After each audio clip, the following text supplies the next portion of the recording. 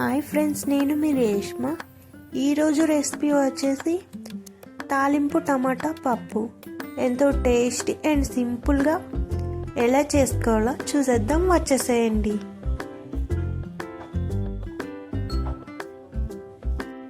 ముందుగా stove on చేసుకొని cooker పెట్టుకోవాలి.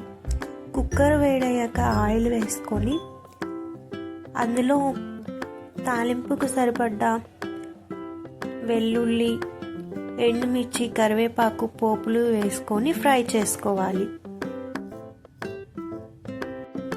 అందులోనే టమాటా వేసుకొని ఫ్రై చేసుకోవాలి.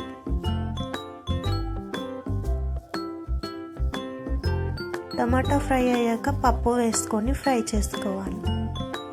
ఇందులో నేను 1 కప్పు పప్పు వేసానండి, ఇది ఇద్దరికి సరిపోతుంది. అందులోనే టేస్ట్కి తగ్గట్టు సాల్ట్, 1/2 స్పూన్ పసుపు,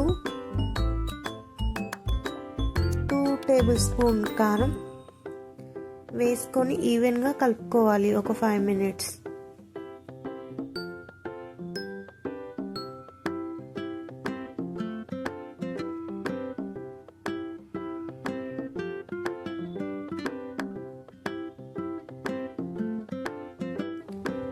కలుపుకున్నాక నేను 1 కప్పు పప్పు వేసాను కాబట్టి 2 కప్స్ వాటర్ వేసుకొని ఒకసారి మళ్ళీ కలుపుకొని కుక్కర్ మూత పెట్టేసేయాలి.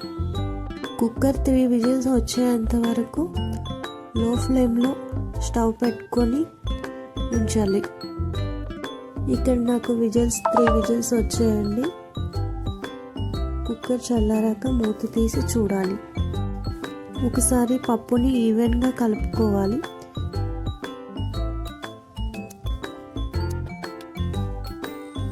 మీకు ఇలానే ముద్దగా కావాలి అనుకుంటే ఇప్పుడే స్టవ్ ఆఫ్ చేసుకోవచ్చు.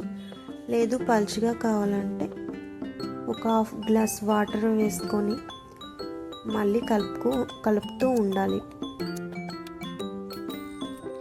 నాకు ఇక్కడ కొంచెం పల్చగా కావాలి కాబట్టి నేను వాటర్ వేసుకున్నానండి.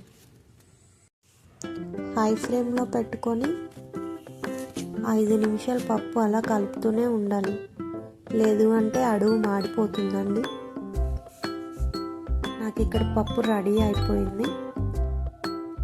ఈ టైంలోనే కొత్తిమీర వేసి స్టవ్ ఆఫ్ చేసుకోవాలి.